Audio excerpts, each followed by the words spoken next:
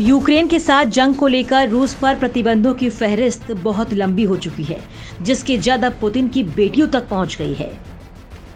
America ने Putin की दोनों बेटियों पर प्रतिबंध का ऐलान कर दिया है।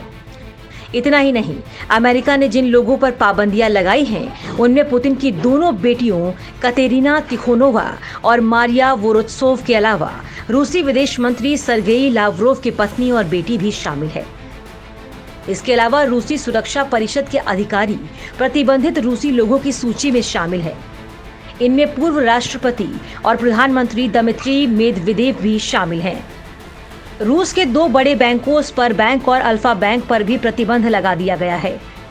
अब इन बैंकों तक अमेरिका से होकर कोई धन नहीं पहुंच पाएगा। इसके साथ ही कोई अमेरिकी इन दोनों बैंकों के साथ कारोबार नहीं कर सकेगा।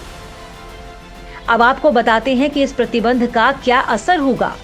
प्रतिबंधों के बाद पुतिन के परिवार के सभी सदस्यों की अमेरिका में मौजूद संपत्तियां जब्त हो जाएंगी और उनके अमेरिकी फाइनेंशियल सिस्टम में किसी तरह के लेन देन या कारोबार पर रोक लग जाएगी। अमेरिका ने यह कदम बूचा नरसंहार के बाद उठाया है। अपराधियों का हिसाब करने के लिए जिम्मेदार देशों को साथ आना होगा।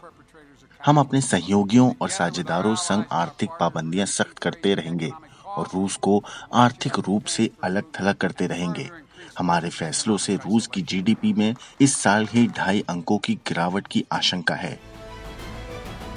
रूस पर प्रतिबंधों का दौर तो लगातार जारी है, लेकिन अब ऐसे में सवाल यह है कि इन प्रतिबंधों से रूस पर असर क्या पड़ रहा है और कितना पड़ रहा है, क्योंकि तमाम प्रतिबंधों के बाद भी रूस यूक्रेन पर हमले करना बंद नहीं कर रहा।